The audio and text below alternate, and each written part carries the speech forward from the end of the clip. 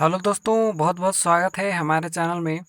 दोस्तों, आज के वीडियो में हम बात करने वाले हैं क्लास 11 का इतिहास का जो बुक है उसका चैप्टर 1 है लेखन कला और शहरी जीवन। तो ये नया सिलेबस के आधार पर है जो कि 2023 से 24 में आपको बुक मिला होगा। उसी का चैप्टर 1 है लेखन कला और शहरी जीवन। तो इसका हम लोग जो है बहुविकल्पीय प्रश्न उत्तर इस वीडियो में देखने वाले हैं। 20 बहुत ही महत्वपूर्ण एमसीक्यू क्वेश्चंस के बारे में हम लोग आज के वीडियो में जानेंगे। दरअसल आप लोग अगर अभी से ही एमसीक्यू क्वेश्चंस को देखना पढ़ना शुरू करेंगे तो आपको परीक्षा आते आते तक आपको ज़्यादा पढ़ने की ज़रूरत नहीं पड़ेगी। बस डेली डेली जो है आप हमारे वीडियोस देखते रहिए और प्रश्न को अच्छे से याद करते रहिए और समझते रहिए, तो आपको लास्ट में जो है ज़्यादा मेहनत नहीं करनी पड़ेगी और सभी क्वेश्चंस भी आपको याद हो जाएगा। तो चलिए आज का वीडियो शुरू करते हैं और आज के वीडियो में हम लोग 20 इम्पोर्टेंट एमसीक्यू क्वेश्चंस के बारे में जानने वाले हैं जो कि चैप्टर 1 का है। चलिए वीडियो शुरू करते हैं। देखिए, इसमें पहला क्वेश्चन है कि मेसोपोटामिया की पहली ज्ञात भाषा क्या थी। बहुत ही महत्वपूर्ण क्वेश्चन छांट छांट करके मैंने ये वीडियो बनाया है, तो इसलिए इस वीडियो को लास्ट तक ज़रूर देखिएगा। देखिए, पहला क्या है, मेसोपोटामिया की पहली ज्ञात भाषा क्या थी।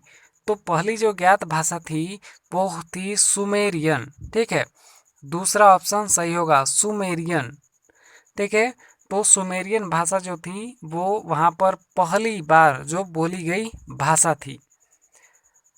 अगला दूसरा प्रश्न क्या कह रहा है कि निम्नांकित में से प्राचीनतम सभ्यता कौन सी है।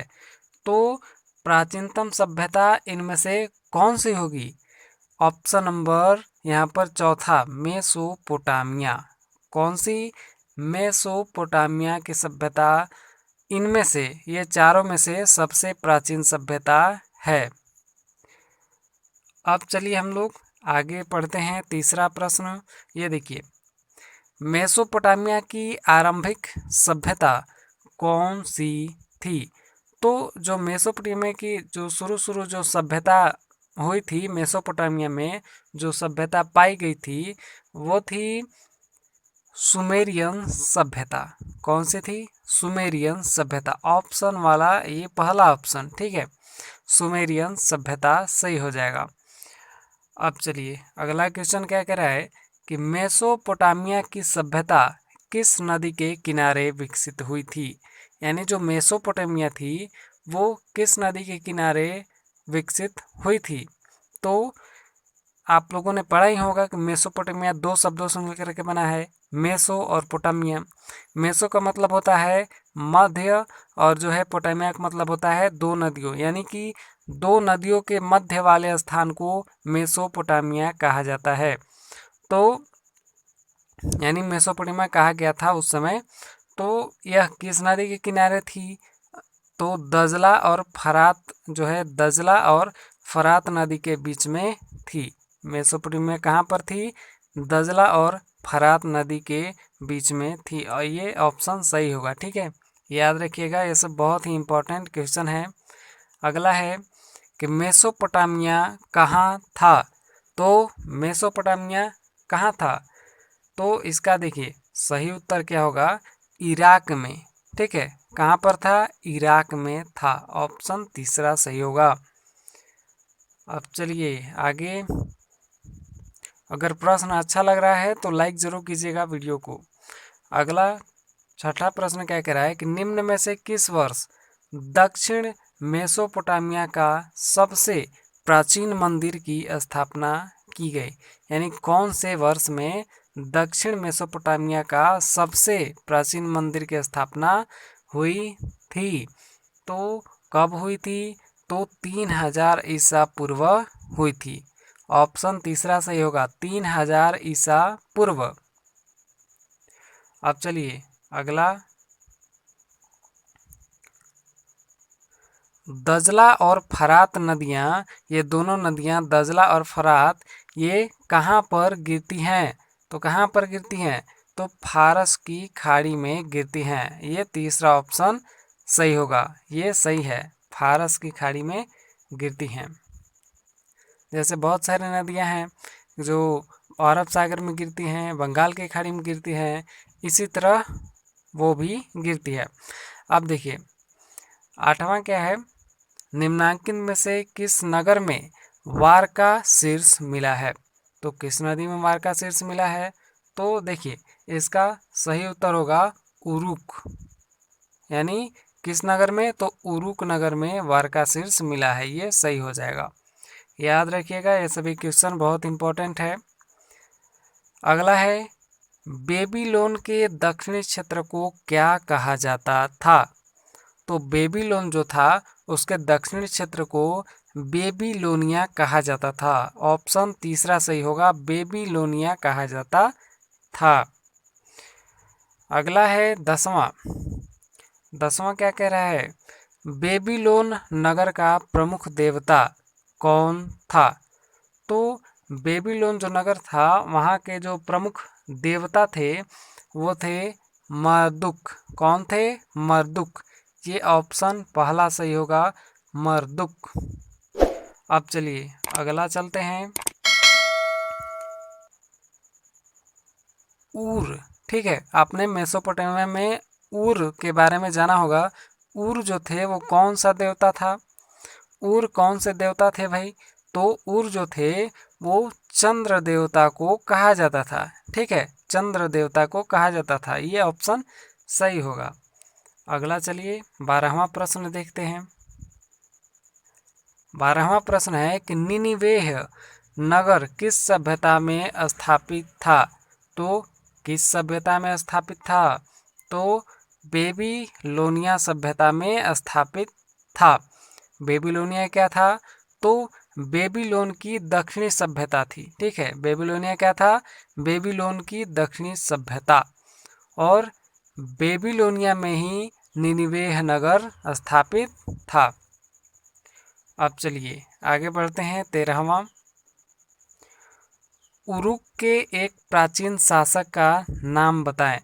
तो उरुक के एक प्राचीन शासक इनमें से कौन से थे? ठीक है, तो इनमें से जो उरुक के शासक थे वो थे एन मरकर। कौन थे? एन मरकर। ये प्राचीन शासक थे उरुक के, याद रखिएगा, एन मरकर। अब चलिए आगे चलते हैं। 14वां क्या कह रहा है कि झूलते बाग किस सभ्यता की देन थी? तो झूलते बाग जो थी वो बेबीलोनियम सभ्यता की देन थी। ठीक है, बेबीलोनियम सभ्यता की देन थी झूलते बाग। ऑप्शन ए सही होगा। 15वां प्रश्न क्या कह रहा है कि वर्तमान समय में हड़प्पा किस देश में स्थित है? तो किस देश में स्थित है? तो पाकिस्तान में स्थित है। ठीक है, हड़प्पा सभ्यता कहाँ पर थी? पाकिस्तान में थी। तो ऑप्शन दूसरा सही होगा, पाकिस्तान। अगला है, ओल्ड टेस्टामेंट किस पुस्तक का प्रथम भाग है? तो ओल्ड टेस्टामेंट जो है वो किस पुस्तक का किस पुस्तक का प्रथम भाग है? तो इसका सही उत्तर होगा बाइबिल। ठीक है, बाइबिल का प्रथम भाग है। चलिए आगे बढ़ते हैं। जिम रीलिंग का विशाल राजमहल कहाँ स्थित था? तो कहाँ पर स्थित था? तो माही में स्थित था। ऑप्शन तीसरा सही होगा, माही में। अगला है, मेसोपोटामिया सभ्यता के लोगों की लिपि थी। तो मेसोपोटामिया सभ्यता के जो लोग थे उनकी कौन सी लिपि थी? जैसे हम लोग हिंदी भाषा बोलते हैं तो हम लोगों की लिपि कौन सी है? देवनागरी है। ठीक है, यानी हम लोग हिंदी बोलते हैं तो हम लोगों की लिपि है देवनागरी। ठीक है, यानी कि बाएं से दाएं तरफ हम लोग लिखते हैं। लेकिन उन लोगों की सभ्यता क्या थी, उन लोगों की लिपि क्या थी? तो उन लोगों की लिपि जो थी वो कीला काठ लिपि थी। कौन सी थी? कीलाकाट लिपि। याद रखिएगा कौन सी लिपि थी? कीलाकाट लिपि। ये बहुत ही इंपॉर्टेंट क्वेश्चन है। चलिए आगे 19वां प्रश्न, एरेक तथा सुमेर के राजा की उपाधि किसने धारण की? तो किसने धारण की थी? तो लुगल जग्गिसी ने धारण की थी। किसने? लुगल जग्गिसी ने। चलिए अब आगे बढ़ते हैं। 20वां प्रश्न क्या है कि मेसोपोटामिया वालों ने संसार को क्या सिखाया? तो इसका जवाब आप लोग खुद दीजिएगा, ठीक है, कमेंट बॉक्स में दीजिएगा।